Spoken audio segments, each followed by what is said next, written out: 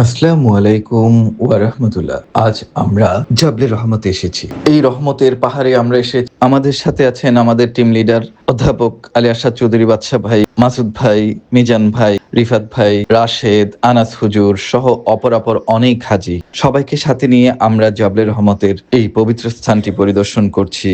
জাবলে রহমত, রহমতের পাহাড়। এটি হজের অন্যতম গুরুত্বপূর্ণ স্থান এবং মানব জাতির জন্য আল্লাহর রহমতের প্রতীক। জাবলে রহমত আরাফাত ময়দানের ভেতর অবস্থিত। এই পাহাড়ে দাঁড়িয়ে মানুষ আল্লাহর কাছে ক্ষমা ও রহমত প্রার্থনা করেন। প্রতি বছর হজের দিন লাখো মুসলিম এখানে এসে দোয়া করেন, আল্লাহর কাছে গুনাহ মাফ চান, শান্তি চান এবং আল্লাহ তাআলা গুনাহ মাফ করেন। ইতিহাসে বলা হয় জাবলে রহমত এমন একটি স্থান যেখানে মানব জাতির প্রতি আল্লাহর অসীম রহমত প্রকাশিত হয়। এটি শুধু একটি পাহাড় নয়, এটি মানুষের অন্তরে আল্লাহর প্রতি বিশ্বাস এবং ভরসা ও দোয়ার প্রতীক। জাবলে রহমতকে ইসলামে অত্যন্ত গুরুত্বপূর্ণ মনে করা হয়। হাজিরা এখানে এসে একান্তভাবে দোয়া করেন তাদের পাপ এবং ভুল থেকে মুক্তি চাইতে।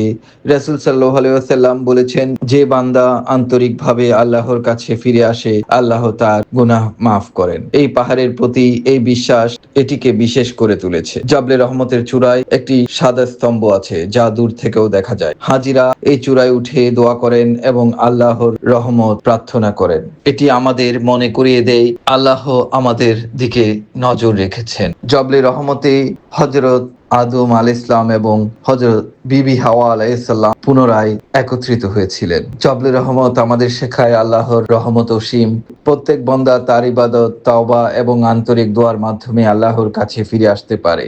জীবনের কষ্ট ও সমস্যা থেকে আল্লাহর রহমত আশা করা যায়। এখান থেকে আমরা শিখি দোয়া ধৈর্য কখনো বৃথা যায় না। জাবলে রহমত আমাদের মনে করিয়ে দেয় আল্লাহ সব সময় তার বান্দার দিকে দয়ালু। সুপ্রিয় দর্শক, জাবলে রহমত শুধু একটি পাহাড় নয়, এটি আমাদের অন্তরে আল্লাহর রহমতের আস্থা জাগিয়ে দেয়। যে ব্যক্তি আন্তরিকভাবে দোয়া করে আল্লাহ তাকে কখনো নিরাশ করে না।